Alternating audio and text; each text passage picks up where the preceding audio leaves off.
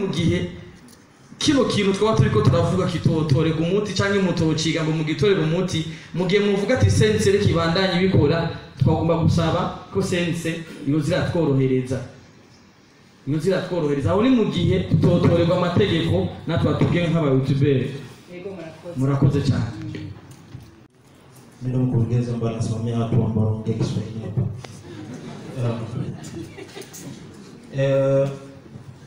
Ningependa kuongelea vitu vitatu. Katika hivi vitu vitatu kuna limoja ambalo linahusu walisema kwamba tunaweza tukaomba namba pale bila kubwa kwa ajili ya kwenda kufanya masuala ya utangazaji kama president kutembelea misi na vitu kama hizo. Swali nataka kuuliza, kwa hiyo tunaruhusiwa kwenda kufanya kitu hicho na hatujawa na ruhusa kutoka kwa sense? Sababu tunaambiwa kwamba hatuwezi kufanya tukio lolote bila tunaruhusa, hatukubaliwi na mategeko. Ningependa kuongea kitu cha pili kuhusu media online. Mimi ni mtu ambaye nilianzisha hivi vitu katika watu ambao walianzisha media online. Nadhani nilianza hivi vitu ziko media kama 2 au 3 Burundi. Kwa hiyo nilipoanza nilitumika kuanzia 2015, 16, 17 konde. Mwisho wa siku ilipofika 18, 19 yalikuja malalamiko, yani feedback zilikuja nyingi kwamba kwa nini media online zinachafua watu YouTube, zinaleta title ambazo sio. Nikawa najaribu kuwatetea ndugu zangu, bana, kwa kutaka kutafuta views nini na nini ndio maana nafanya kitu hicho. Lakini tunasahau kitu kimoja kwamba tunaharibu jina la hizi media zetu kwa kutumia zile title mbaya ambazo tunaziweka mtandaoni. Tunasahau kwamba sisi tutataka kutafuta watu ambao watatusaidia mbele. Kwa hiyo ningependa kama kama tutapewa ruhusa sisi na sense ziwepo kategoria hizi media zetu. Sababu ukiangalia mimi media yangu imesimamia kwenye masuala ya entertainment. Mimi ndio CEO na founder wa Platform Show. Kwa hiyo nimesimamia kwenye masuala ya entertainment, masuala ya muziki, 100% muziki tu, sababu mimi ni msanii, kuachana na masuala ya media, mimi ni msanii pia. Kwa hiyo ziwepo category kutofautisha hizi media ziko vipi. Sababu ukiangalia ipo ambayo inatumikia kuhusu masuala ya sport, na ipo ambayo inatumikia kuhusu masuala ya entertainment ya muziki, na ipo ambayo inaongelea masuala ya politiki. Kwa hiyo hizi media zetu zitofautishwe. Sio ile media kama ile media online inafanya mauvumbuzi na mimi ya kwangu inataka iende kwenye jina hilo. Kwa hiyo hizi media zinakuwa zinatofautiana, lakini ingekuja kwenye masuala ya kwamba bana media online zinachafua watu, wanatuchukulia sisi yote en general, wakati sisi sio hivi. Umeona? Kwa hiyo tutofautishe, kama tutapewa ruhusa sisi kutoka ukubwani, tungeomba hizi media ziwe na kategori pia. Bana, mimi kama mimi nimesajiliwa kama media ambayo inasimamia masuala ya entertainment, muziki, umeona, kwa ujumla. Huyu hapa anasimamia masuala ya uvumbuzi, hivyo ndio ningependa kuomba hicho kitu. Asante. Bireko udafatije ngo transfer link ya Zoom iyo baduhaye iri invalid.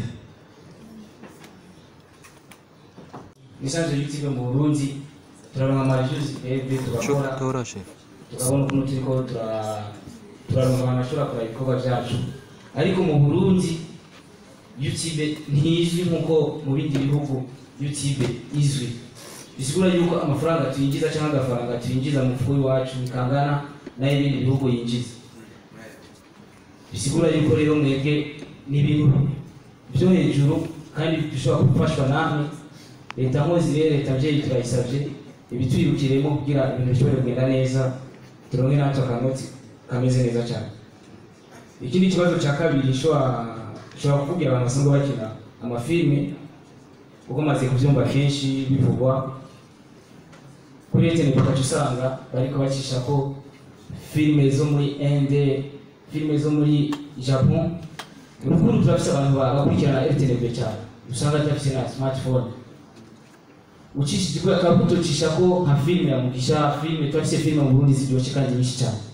Rero internet bibazi yuko kugira filme ziwacu zice kuri internet barafise mu ruhara cyane gose. Ikibazo cya gatatu naco limitere connection yayo bakazana ilimite ku buryo twese tujukira YouTube kugira nako tubandanye gutera imbere. Naho nicyo kibazo muze bitubariza hariya niba ari akagorane kabaye baraba ukuntu bakayigiraniza kuko n'umuntu yahora agura ibintu azoshaka kuvuga ati je ngiye gukoresha Facebook, WhatsApp, ukaza umuntu atwara ku telefone ko mudashira ku kiganiro kuri Facebook sito tubishira ko deja. Rero nicyo onye bavuga yuko ni ikintu mukwiye gukurikirana. Murakoze cyane. turafise web TV na twebwe.